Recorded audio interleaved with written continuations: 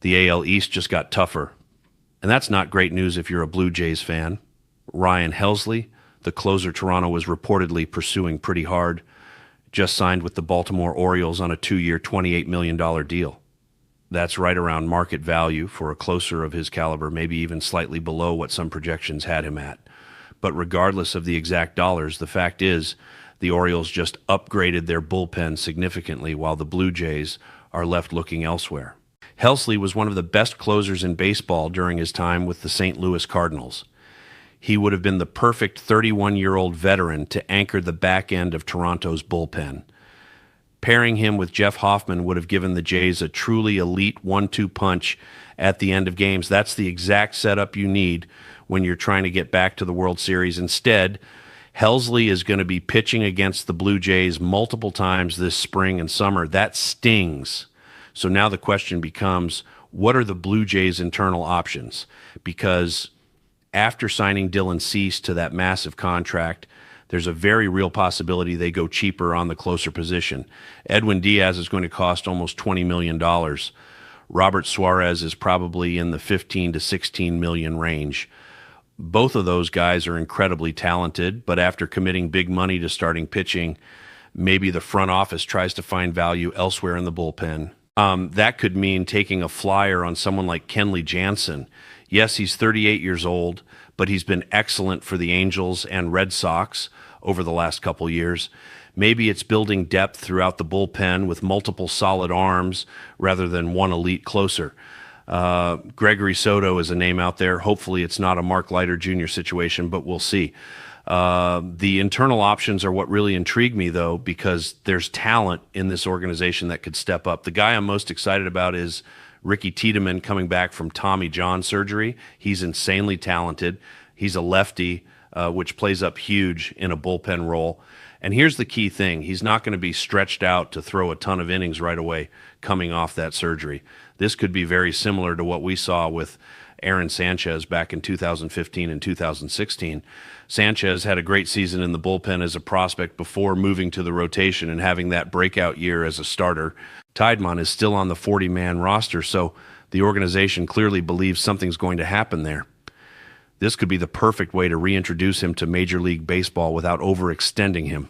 Let him dominate in high-leverage situations out of the pen, build his confidence back up, and then maybe transition him to the rotation down the line if that's the path forward.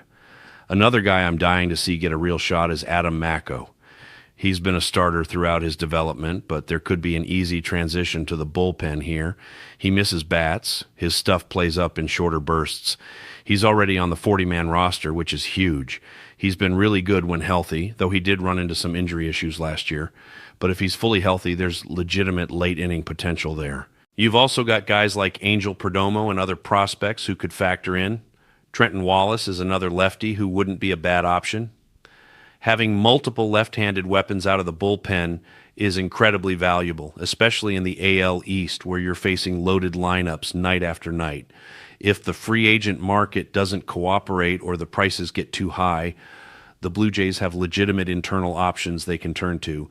Now, I want to shift gears and talk about something that's going to fundamentally change the game this season. The automated ball strike system, or ABS, is coming to Major League Baseball. If you watched spring training last year, you probably noticed players doing this motion where they tap their head after a pitch. That's the signal for challenging a call using the ABS system. This has been in place in the minor leagues for a few years now, and the technology behind it, the Hawkeye system, has proven to be incredibly accurate. Players and managers will be able to challenge ball and strike calls a limited number of times per game. This isn't a universal system where every pitch is automatically called by the computer. There's still the human element with the home plate umpire making the initial call, but now there's recourse when that call is clearly wrong. And as my friend Brooke pointed out in an excellent piece she just did, this is going to create entirely new statistics. We're going to know who the masters of the strike zone really are based on who wins and loses these challenges. Hitters who truly have elite plate discipline are going to be able to prove it. Pitchers who consistently hit their spots are going to benefit. And yeah, there's going to be some chaos injected into key moments when challenges flip balls into strikes or strikes into balls at critical points in games. Balls are going to turn into strikes and end innings. Strikes are going to turn into balls and extend at-bats. It's going to be fascinating to watch how this impacts strategy. Do you challenge early in the game to establish credibility with close pitches? Do you save challenges for late-game, high-leverage situations? There's going to be a learning curve for everyone involved. The important thing is that we're going to get more calls right.